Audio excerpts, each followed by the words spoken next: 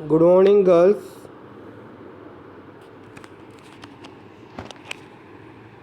आज हम अध्ययन कर रहे हैं एक नए टॉपिक के साथ। इससे पहले बता दूं, मैं BSc second year paper third ecology and biostatics unit second day 13 दिन के अध्ययन में हम पढ़ेंगे आज फूड चेन, आहार श्रृंखला, जिसको खाद्य श्रृंखला भी कहते हैं।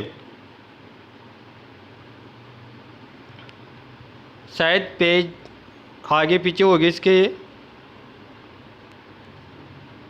नहीं ठीक है। खाद्य श्रृंखला एक अच्छा टॉपिक है और बहुत अच्छी तरह से समझ में भी आएगा, और इसमें से क्वेश्चंस भी बनते हैं। इसलिए सभी गर्ल्स एक अच्छे श्रोता की तरह ध्यानपूर्वक सुने। पारिस्थितिकी तंत्र में पाए जाने वाले जैविक घटक दो प्रकार के होते हैं, है ना पता आपको?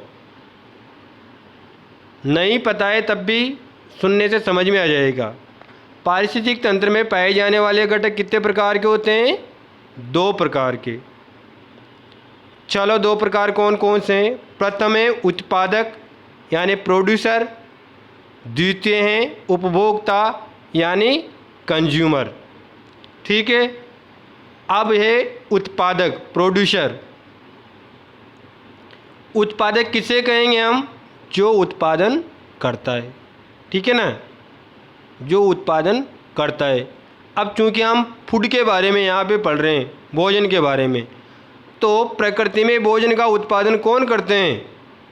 प्रकृति में भोजन का उत्पादन करने वाले एकमात्र जीव है ग्रीन प्लांट्स, हरे पौधे। ठीक है।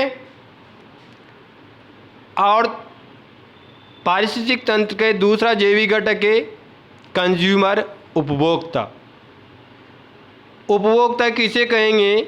उपभोक्ता वह है जो अपने भोजन के लिए दूसरों पर निर्भर है, जो अपना भोजन दूसरों से प्राप्त करता है। तो ग्रीन प्लांट्स के अलावा जितने भी पौधे या जंतु हैं जो डायरेक्ट इनडायरेक्ट रूप से ग्रीन प्लांट्स को भोजन के रूप में ग्रहण करते हैं, वह सब क्या है? कंज्यूमर, उपभोक्ता। क्या है वह सब? उपभोक्ता। ठीक है ना। तो इस प्रकार पारिस्थितिक तंत्र में जैविक घटकों के दो प्रकार हो गए, प्रोड्यूसर और कंज्यूमर, उत्पादक और उपभोक्ता। ठीक है। चलो नेक्स्ट चलते हैं। तो पारिस्थितिक तंत्र में इन उत्पादक और उपभोक्ता की व्यवस्था, पारिस्थितिक तंत्र में उत्पादक और उपभोक्ता की खाद्य श्रृंखला में जो व्यवस्था होती है, इसकी प्रत्येक कड़ी को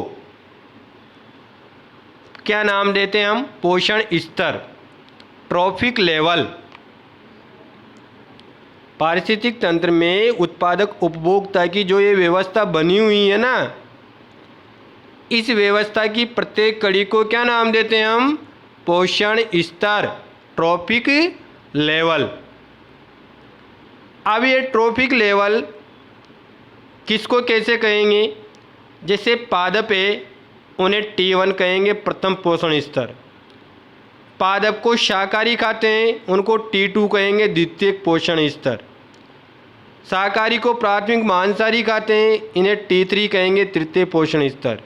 और प्राथमिक मांसाहारी को द्वितीयक मांसाहारी खाते हैं, इन्हें T4 यानी चतुर्थ पोषण स्तर। इस प्रकार इन पोषण स्तरों से मिलकर एक चेन बन जाती है। और इसी को हम क्या कहेंगे, खाद्य श्रृंखला। ठीक है, तो पारिस्थितिक तंत्र में पाए जाने वाले जैविक घटक दो प्रकार के हैं, उत्पादक तथा उपभोक्ता है। अतः पारिस्थितिक तंत्र की ये उत्पादक उपभोक्ता की जो व्यवस्था बनी हुई है, इसकी प्रत्येक कड़ी को पोषण स्तर कहते हैं। ये पोषण स्तर मैंने चयन के माध्यम से तुम्हें बता दे, पादप T1, शाकाहारी T2, प्रथम मांसाहारी T3, द्वितीयक मांसाहारी T4। इस प्रकार पारिस्थितिक तंत्र में विभिन्न पोषण स्तर होते हैं। चलो नेक्स्ट चलते हैं हम खाद्य श्रृंखला, फूड चेन, इसकी परिभाषा पे आते हैं। अभी थोड़ा ऊपर पढ़ा अपन ने, अब इसकी उसी से अपन इसकी परिभाषा बनाते हैं। पारिस्थितिक तंत्र में उत्पादक से उपभोक्ता तक T1 से T3, 4, 5 तक खाने या खाए जाने की प्रवृत्ति के आधार पर निर्मित श्रृंखला को खाद्य श्रृंखला कहते हैं। पारिस्थितिक तंत्र में उत्पादक को उपभोक्ता, फिर उसको दूसरा उपभोक्ता ऐसे खाते हैं ना, या खाने या खाए जाने के आधार पर जो श्रृंखला बनती है वह खाद्य श्रृंखला कहलाती है ना। एक पोषण स्तर से दूसरा, दूसरे से तीसरा ऐसे जुड़ते हैं ना, एक चेन टाइप, वह क्या कहलाती है, श्रृंखला। श्रृंखला को इंग्लिश में क्या कहते हैं, चेन। ठीक है, और खाद्य यानी भोजन। ठीक है, तो भोजन से बनेगी, तो भोजन को खाने या खाए जाने के आधार पर जो श्रृंखला बनती है वह खाद्य श्रृंखला कहलाती है। इसको थोड़ा सा बड़ा करेंगे तो वह किसको खाते हैं और किसको खाए जाते हैं, तो उत्पादक से उपभोक्ता तक। ठीक है, ये कहाँ पे होता है, पारिस्थितिक तंत्र में। इस प्रकार आंसर को बड़ा कर सकते हैं हम। तो पारिस्थितिकी तंत्र में उत्पादक से उपभोक्ता तक खाने या खाए जाने की प्रवृत्ति के आधार पर निर्मित चेन को खाद्य श्रृंखला कहते हैं। अर्थात पौधों द्वारा भोजन के रूप में ऊर्जा स्थानांतरण को ही खाद्य जाल कहते हैं। खाद्य जाल की परिभाषा होगी, जब चेनें उलझती है ना तो क्या बनता है, खाद्य जाल बनता है। ठीक है, वैसे खाद्य जाल अपने सिलेबस में नहीं था, इसलिए मैंने ज़्यादा नहीं बताऊंगा इसके बारे में। ठीक है ना, तो पौधों द्वारा भोजन के रूप में इस तरह ऊर्जा का स्थानांतरण किया जाता है। एल्टन के अनुसार खाद्य श्रृंखला में 5 या 6 कड़ियाँ पाई जाती है। वैसे एक जनरली खाद्य श्रृंखला में 4 से 5 कड़ियाँ मानी जाती है। ठीक है, नेक्स्ट है खाद्य श्रृंखला के प्रकार। अब देखते हैं खाद्य श्रृंखला के प्रकार। तो प्रकृति में सामान्यतः खाद्य श्रृंखलाएँ कितने प्रकार की होती है, 3 प्रकार की। ठीक है, पहली एक शाकवर्ती खाद्य श्रृंखला, ग्रेजिंग फूड चेन। सेकंड है परजीवी खाद्य श्रृंखला, पैरासाइट फूड चेन। थर्ड है अपरदी खाद्य श्रृंखला या मृतोपजीवी खाद्य श्रृंखला, डेट्राइटस या सेप्रोफाइटिक फूड चेन। ठीक है ना, इस प्रकार प्रकृति में 3 प्रकार की खाद्य श्रृंखलाएँ पाई जाती है। अब सबसे पहले हम देखते हैं शाकवर्ती खाद्य श्रृंखला या ग्रेजिंग फूड चेन। ठीक है, इस प्रकार की खाद्य श्रृंखला में ऊर्जा स्वपोषित से शाकाहारी फिर मांसाहारी की ओर बढ़ती है। ठीक है ना, शाकवर्ती ग्रेजिंग यानी चढ़ने के शाकीय पौधों से प्रारंभ होने वाली खाद्य श्रृंखला। ठीक है, अर्थात पौधों से प्रारंभ होकर छोटे जंतुओं के माध्यम से बड़े जंतुओं तक इस प्रकार की खाद्य श्रृंखला पाई जाती है। अर्थात यूँ भी कह सकते हैं हम, पौधों से, छोटे पौधों से, घास टाइप के, घास प्रकार के पौधे से बड़े जंतु तक पाई जाने वाली खाद्य श्रृंखला शाकवर्ती खाद्य श्रृंखला कहलाती है। ठीक है, इस तरह की खाद्य श्रृंखला के मैं उदाहरण तुम्हें बता सकता हूँ। जैसे घास है, घास को चूहा खाता है, चूहे को सांप खाता है, सांप को बाज खाता है। सेकंड है घास को टिड्डा खाता है, टिड्डे को छिपकली खाती है, छिपकली को बाज खाता है। थर्ड है घास को खरगोश खाता है, खरगोश को बाज खाता है। ठीक है ना, घास उत्पादक कहलाएगा, उसको खाने वाला प्राथमिक उपभोक्ता, उसको खाने वाला द्वितीयक उपभोक्ता, उसको खाने वाला तृतीयक उपभोक्ता। लेवल के रूप में देखें तो घास T1 पे, उसके बाद T2, T3, T4, इस प्रकार ये ट्रॉफिक लेवल हो जाते हैं। ट्रॉफिक शब्द से लिया है टी शब्द। ठीक है, नेक्स्ट चलते हैं हम सेकंड, परजीवी खाद्य श्रृंखला। परजीवी खाद्य श्रृंखला कहाँ से प्रारंभ होगी? परजीवी से, पैरासाइट फूड चेन। इस प्रकार की खाद्य श्रृंखला बड़े जीवों से प्रारंभ होकर छोटे जीवों तक जाती है, ठीक है ना, बड़े जीवों से छोटे जीवों तक। पौधे या जंतुओं पर निर्वाह करने वाले परजीवियों को उपभोक्ता कहा जाता है। पौधे या जंतु पर अपना जीवन निर्वाह करते हैं, उन्हें क्या कहते हैं? उपभोक्ता। इसका उदाहरण है एक नेमेटोड्स, जीवाणु, छोटे जीव, ठीक है ना। नेमेटोड्स को जीवाणु खाते हैं, जीवाणु को छोटे जीव खाते हैं। इसके और भी उदाहरण हो सकते हैं परजीवी खाद्य श्रृंखला के। कोई भी परजीवी किसी जीव पर निवास करता है, वहाँ से उसको स्टार्ट कर सकते हैं, उस परजीवी का नाम लिख सकते हैं, उसको खाने वाले का फिर नाम लिख सकते हैं, ठीक है। इस प्रकार परजीवी खाद्य श्रृंखला हो जाएगी। थर्ड है अपरदी खाद्य श्रृंखला या मृतोपजीवी खाद्य श्रृंखला।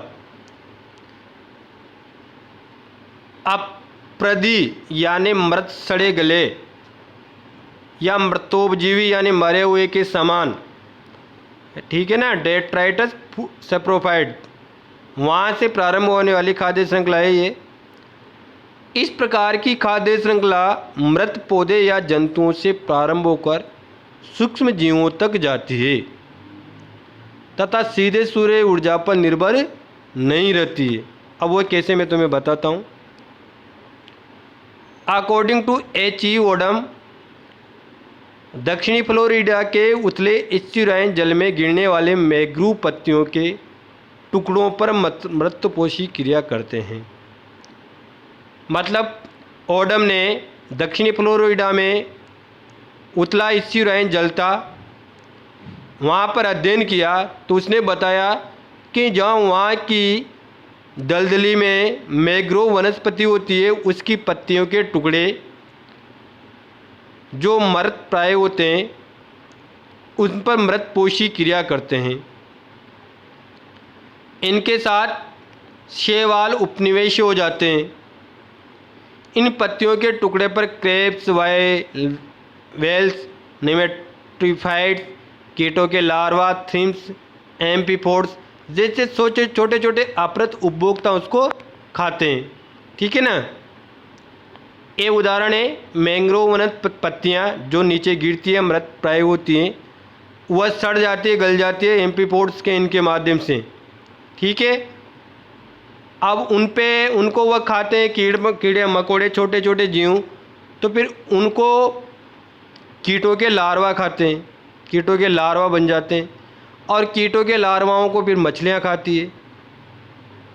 इस प्रकार ये 3 प्रकार की खाद्य श्रृंखलाएँ होती है। प्रकार पूछा जाएगा तब इसी प्रकार का उदाहरण पूछा जाता है, तो मैंने कम से कम एक उदाहरण सबका दिया है। परिभाषा भी कंप्लीट है, खाद्य श्रृंखला की परिभाषा है, ट्रॉफिक लेवल की परिभाषा है, ठीक है। अब नेक्स्ट आते हैं हम खाद्य श्रृंखलाओं का महत्व। इनका महत्व क्या है? पहला है पोषण कड़ियों का और पोषण का ज्ञान होना। कौन खाता है, मतलब क्या खाता है, इन सब चीज़ों की नॉलेज होना, ठीक है ना। पोषण कड़ियाँ जो कि ट्रॉफिक लेवल होते हैं। सेकंड है जीवों के संबंध व अंतर्क्रियाओं का ज्ञान। हमें पता लगेगा खाद्य श्रृंखला के माध्यम से कि कौन से जीवों का किस प्रकार के जीवों से संबंध होता है, उन्हें पाने के लिए, खाने के लिए किस प्रकार की अंतर्क्रियाएँ वह जीव एक दूसरे के साथ करते हैं। स्थान विशेष के भूगोल का ज्ञान होगा कि वहाँ की पारिस्थितिक स्थितियाँ कैसी है।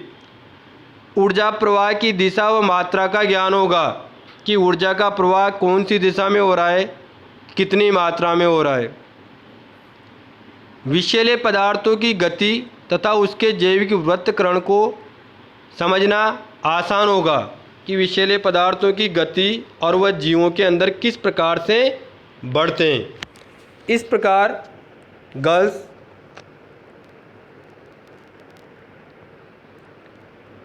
खाद्य श्रृंखला से संबंधित चैप्टर अपना ये ख़त्म होता है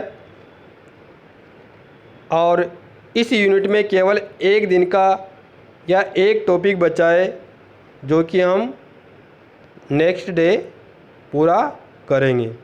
थैंक यू वेरी मच।